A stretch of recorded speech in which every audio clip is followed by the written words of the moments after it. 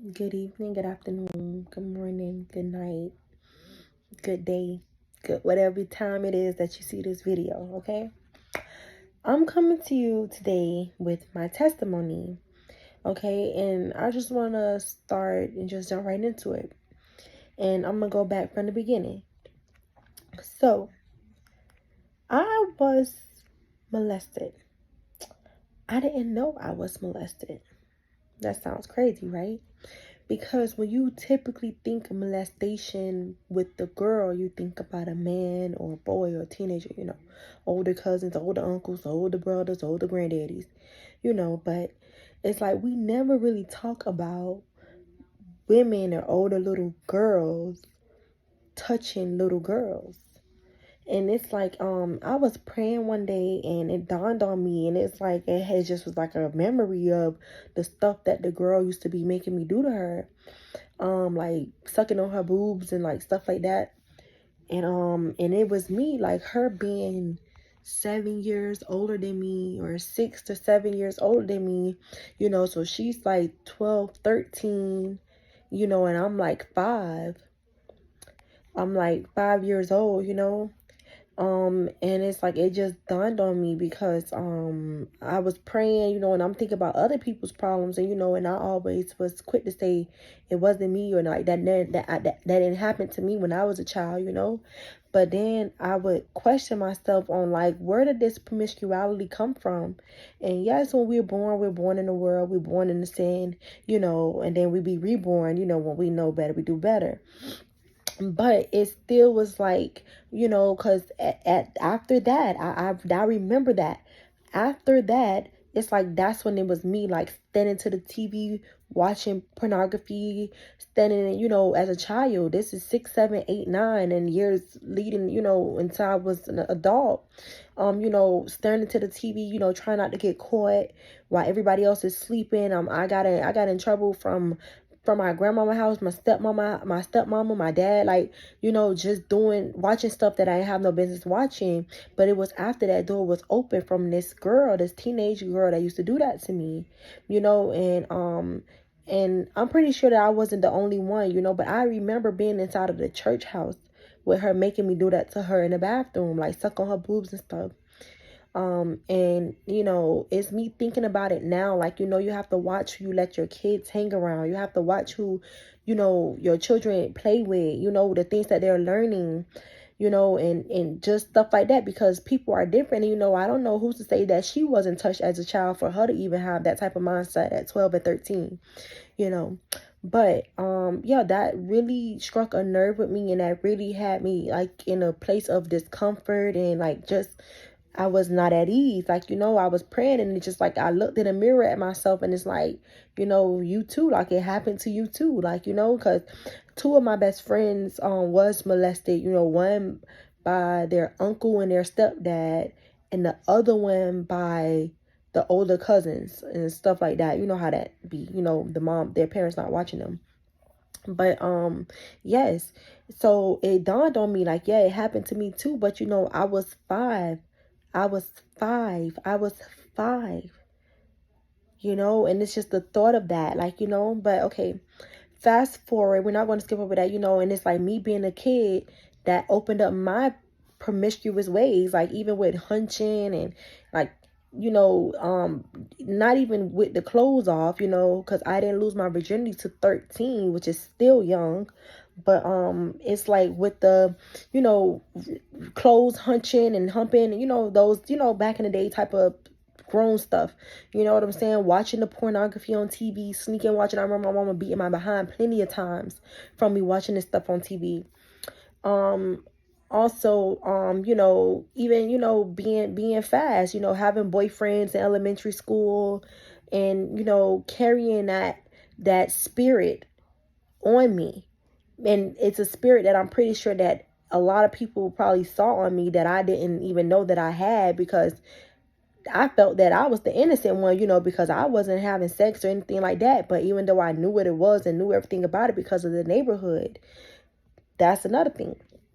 The neighborhood that we grew up in, it's like being a product of your environment, and I thank God keeping me set apart and keeping me different and keeping me even, you know, untouched and unscathed, because it's so much stuff happened to the girls in my neighborhood, you know, the way that they growed up now. And it's just like, you know, it's so easy to get sucked up in your environment, you know, with liquor and weed and the whole lifestyle and tricking and prostitution and, you know, that whole lifestyle. It is so easy to get caught up in that, you know. But I just wanted to hit the, you know, hit bases on that molestation situation, you know, because that was my friend.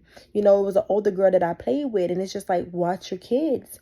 You have to watch who you call a friend. You have to watch who your kids are calling friends nowadays. You have to keep an eye on everything that your children is doing, because you never know. It could be the older cousins, it could be the friends, it could be the uncles, it could be the aunties, whoever, you know, because you don't know what they was perverted or what spirit was drawn on them.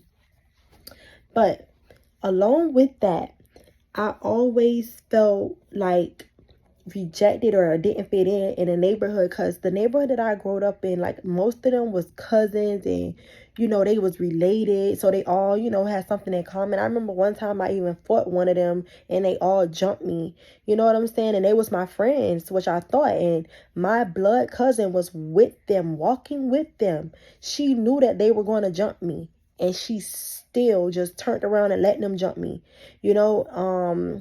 It was a lot of situations like that, even with my blood cousin, because then again, that was her cousins too, you know. But I thought that me and her was cousins, like, you know, friend. I never think she'd do that to me. Growed up, still same stuff like that. She still had that type of energy with me, you know, like telling my boyfriend stuff about me, like, you know, just a lot of stuff that she did. And that was my favorite cousin. Like, I loved her, you know. Well, one of them, because even my other favorite cousin stopped talking to me. But I never understood how I was so much set apart. Like, it wasn't meant for me to fit in, you know, with them thinking that I'll be this type of way, because I was always loyal. Loyalty is something that I always practice with the people that I love. I'm loyal to who I love no matter what. You know, and for them to have that type of energy or that type of, like, you know, feeling with me, it's like, I accept. I'm used to it now. You know, I'm used to crying over these women and people and friends. And it's like, they don't got that same energy that I have, you know, and that's okay. Or whatever, you know, everybody different and everybody not going to like me. I'm used to it. But, okay, with touch bases with the molestation, then it's like me not fitting in. So now we go to school. You know, I remember this one teacher. No, she was like the administrator at at my elementary school. And I remember her pointing out at me, oh, this is the one, this is the one. And I'll never forget the time. It was one boy. You know, I had like my boyfriend, you know, was somebody that I was my boyfriend, you know what I'm saying? Like, we growed up and through middle school, you know, that was my middle school, high school boyfriend type of stuff too. But you know, it was a guy saying that I even had sex with him in elementary school.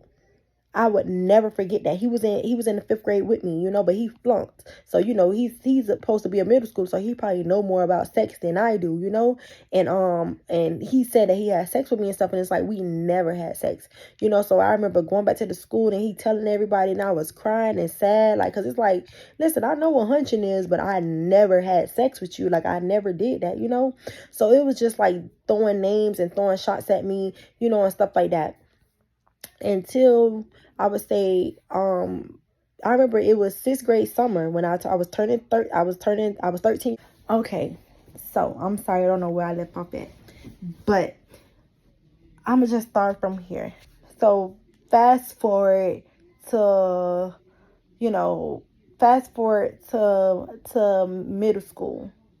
So we get to middle school, and it's like, my middle school was kind of small, but you know, I wouldn't consider myself to be popular or nothing like that, but I was very much bad. Like, I was a bad girl. Like, I skipped school, cussed the teachers out. One teacher, I got in trouble with one teacher. She tried to take my CD player, and she snatched it from me, and I snatched it back. She hit me, and I popped her back, like, on her head. Like, the lady called the police on me. So I wouldn't say that I was terrible, but I was very much grown. Like, I did things like that. Like, It's not funny because the people had the police in there and I was crying and I did not want to go to jail, okay? And I was a teenager, I was a kid in middle school or whatever. But anyway, so we get to, that was like 6th grade when that happened to me. Remember, I'm skipping school and everything like that. And it's like all the stuff people ever said about me, like I didn't never even have sex until that summer. Like, you know what I'm saying? Because I remember that summer is when I lost my virginity or whatever. And even that situation was crazy because I don't even know if I was ready or not, and I just only did it because my best friend, my fake god sister, she was doing it at the time with her boyfriend, you know, so I had just wanted to do it too or whatever, you know. And that's how that happened or whatever, you know. And then it's like me and that boy kept on that sexual relationship, you know, for a couple years, you know. But yeah, but anyways, okay, so just I became very promiscuous in my ways, like, you know, not even being like, oh, real life, you know, let anybody do it, but it's like I did have partners, like I was enjoying myself with it, like, you know what I'm saying, like as a teenager. And then that's when I was introduced to marijuana. Me and that other favorite cousin, not the one that let me get jumped. The other one that I said my favorite cousin, we had I remember being over her house one day, and I remember her and the fake god sister, they was smoking or whatever, you know, they was smoking weed and stuff like that. And you know, that's when I first had ever smoked, and it was always at that fake god sister house because her mom used to leave all her weed around and stuff like that, you know. And yeah, my mama smoked weed too, but I ain't never did that at my mama's house. It was just with her. Like, you know, it'd always be the other people idea, and they give me the idea, you know what I'm saying, because I wasn't even thinking to do that. But yeah, and so me, my fake god sister, and my cousin, my second favorite cousin, whatever. I remember we was at the house with the girl. It was, I think she was pregnant, like she was like 15 and pregnant or something like that. And I know she had a brother. And all I remember is my first time smoking. I remember they was tripping. They drunk up all the people Capri Suns. They drunk all the people Capri Suns. I remember they was tripping all under the table, all acting crazy. I remember Bobby, like I remember chilling, sitting in the church, just chilling, watching them. I saw them. I remember the first time I got high.